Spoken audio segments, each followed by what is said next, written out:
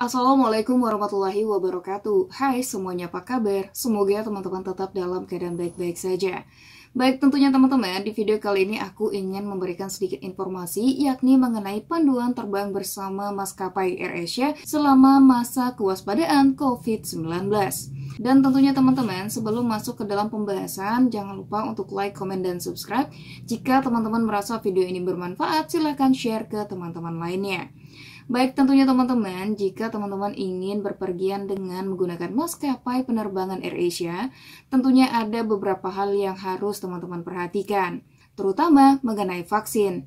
Bagi teman-teman yang sudah divaksin baik vaksin 1, 2, maupun 3, tentunya ini ada beberapa hal yang harus teman-teman perhatikan. Jika teman-teman baru memiliki vaksin dosis pertama, tentunya untuk naik ke maskapai ini, teman-teman haruslah menyertakan tes antigen maksimal 1 kali 24 jam atau tes PCR yang bisa teman-teman gunakan maksimal 3 kali 24 jam. Dan selain itu, jika teman-teman sudah divaksin dosis kedua atau booster, teman-teman kini tidak diwajibkan lagi untuk menunjukkan hasil tes negatif COVID-19. Dan selain itu tentunya teman-teman, bagi pelaku perjalanan udara dalam negeri atau domestik, tentunya teman-teman harus mengikuti ketentuan. Di antaranya yang pertama, setiap calon penumpang ini diwajibkan untuk mengisi kartu kewaspadaan kesehatan elektronik atau e-Health melalui aplikasi Peduli Lindungi sebelum teman-teman melakukan penerbangan dan memastikan sertifikat vaksinasi atau hasil tes telah tersedia di aplikasi Peduli Lindungi. Nah, jadi tentunya sebelum teman-teman melakukan penerbangan, diwajibkan terlebih dahulu untuk mengisi kartu kewaspadaan elektronik atau e-Health, tentunya melalui aplikasi Peduli Lindungi. Terus kemudian yang kedua, aturan yang harus teman-teman penuhi yakni pelaku perjalanan usia di bawah 6 tahun kini dapat melakukan perjalanan dengan pendampingan perjalanan yang memenuhi ketentuan vaksinasi dan tentunya menerapkan protokol kesehatan secara ketat.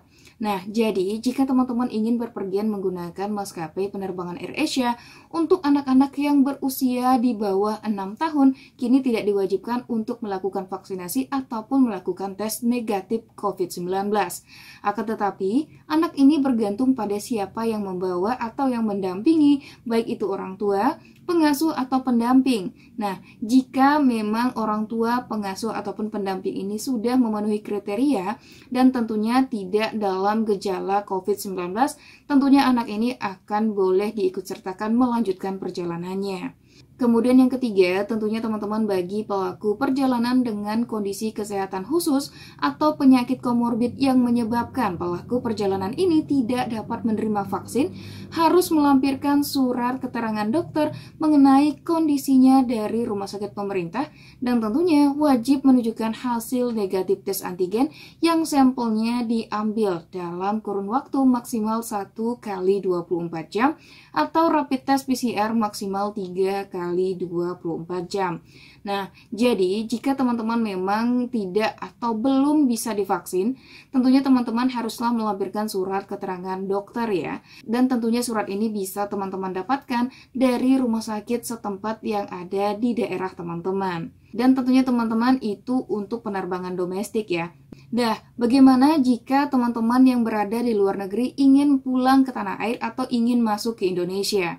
Nah, tentunya ada beberapa hal yang harus teman-teman perhatikan sebelum berangkat dari luar negeri ke Indonesia. Yang pertama, tentunya sertifikat vaksin dosis kedua atau dosis ketiga yang dilakukan minimal 14 hari sebelum keberangkatan bagi warga negara asing dan warga negara Indonesia sendiri. Nah, jadi kalau misalkan teman-teman baru mendapatkan vaksin, misalkan baru 2 hari atau 3 hari setelah vaksin, tentunya teman-teman tidak dianjurkan untuk berangkat ya. Jadi teman-teman harus menunggu seminimalnya 14 hari baru boleh melakukan perjalanan masuk ke Indonesia menggunakan maskapai AirAsia. Dan yang kedua yang harus teman-teman lakukan ini adalah mengunduh aplikasi Peduli Lindungi dan lengkapi profil akun bagi WNA atau warga negara asing maupun bagi warga negara Indonesia. Kemudian yang ketiga, tentunya teman-teman bagi WNA atau warga negara asing pemegang paspor ASEAN ini dapat masuk ke Indonesia dengan bebas visa. Dan kemudian yang keempat, bagi warga negara asing, turis asing dari 72 negara bisa mendapatkan visa on arrival saat tiba di Indonesia. Dan yang kelima, tentunya yang harus teman-teman perhatikan bagi teman-teman yang ingin pulang ke Indonesia dengan menggunakan maskapai AirAsia, yakni adalah fasilitas bebas visa, dan visa on arrival ini hanya tersedia untuk kedatangan internasional di Bandara Bali, Jakarta, Surabaya, Medan, Makassar, Manado, Yogyakarta, Batam, dan Lombok. Dan tentunya teman-teman, informasi ini dikeluarkan per 18 Juni 2022. Dan selanjutnya teman-teman, yakni mengenai bebas visa kunjungan khusus wisata. Dan ada beberapa hal yang harus teman-teman perhatikan. Yang pertama, yakni berlaku bagi pemegang paspor dari negara-negara ASEAN, yakni ada Filipina, Brunei Darussalam, Kamboja, Laos, Malaysia, Myanmar, Singapura, Thailand, dan Vietnam. Nah, jadi bagi negara-negara ini sudah bisa diberlakukan untuk bebas visa kunjungan khusus berwisata saja. Dan yang kedua, tentunya hanya tersedia di bandara tujuan tertentu saja, seperti Bali, Jakarta, Surabaya, Medan, Makassar, Manado, Yogyakarta, Batam, dan Lombok. Kemudian yang ketiga, untuk wisatawan yang datang ke Indonesia bebas visa kunjungan wisata, yakni termasuk izin tinggal kunjungan hanya maksimal 30 hari saja, dan tidak dapat diperpanjang pastinya ya. Dan kemudian yang keempat, memiliki paspor yang sah, dan tentunya dengan masa berlaku minimal 6 bulan. Kemudian yang kelima, memiliki tiket kembali atau tiket terusan untuk melanjutkan perjalanan ke negara lain. Karena kalau misalkan hanya tiket sekali datang saja, yang dikhawatirkan jika tidak memiliki tiket pulang atau tiket melanjutkan perjalanan ke negara lainnya, ditakutkan atau dikhawatirkan wisatawan ini akan menjadi pekerja imigran gelap di negara kita. Dan kemudian yang selanjutnya teman-teman, yang keenam, dapat digunakan orang asing untuk melakukan kegiatan wisata atau tugas pemerintahan dalam kegiatan internasional yang bersifat kenegaraan atau pemerintahan. Nah, jadi tentunya teman-teman, untuk visa bebas kunjungan ini tentunya bisa dilakukan untuk warga negara asing yang memang berwisata atau tugas pemerintahan. Karena biasanya untuk tugas pemerintahan ini kan biasanya walaupun lama, biasanya tidak akan lebih dari 1 bulan pastinya. Dan yang ketujuh, tentunya untuk kegiatan tugas pemerintahan ini haruslah melampirkan surat undangan menghadiri konferensi atau sidang atau pertemuan yang diterbitkan oleh kementerian atau lembaga atau instansi Republik Indonesia. Nah, jadi kalau misalkan teman-teman yang ingin datang ke Indonesia dan atau ini juga bagi warga negara asing yang ingin datang ke Indonesia, tentunya selain berwisata atau itu mungkin ya kunjungan kenegaraan atau misalkan ada urusan diplomatik, nah tentunya haruslah melampirkan surat tugas. Dan tentu ini juga bisa diberlakukan untuk bebas visa kunjungan ya. Jadi ya dianggaplah dia sebagai wisatawan juga.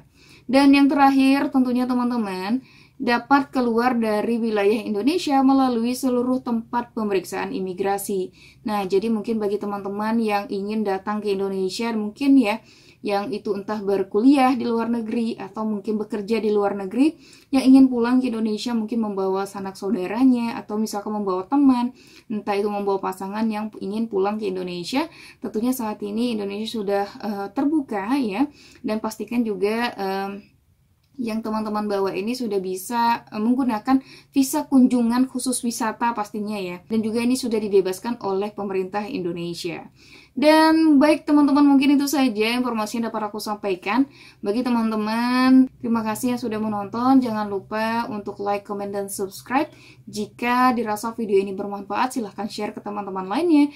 Dan aku ucapkan terima kasih dan aku akhiri. Wassalamualaikum warahmatullahi wabarakatuh.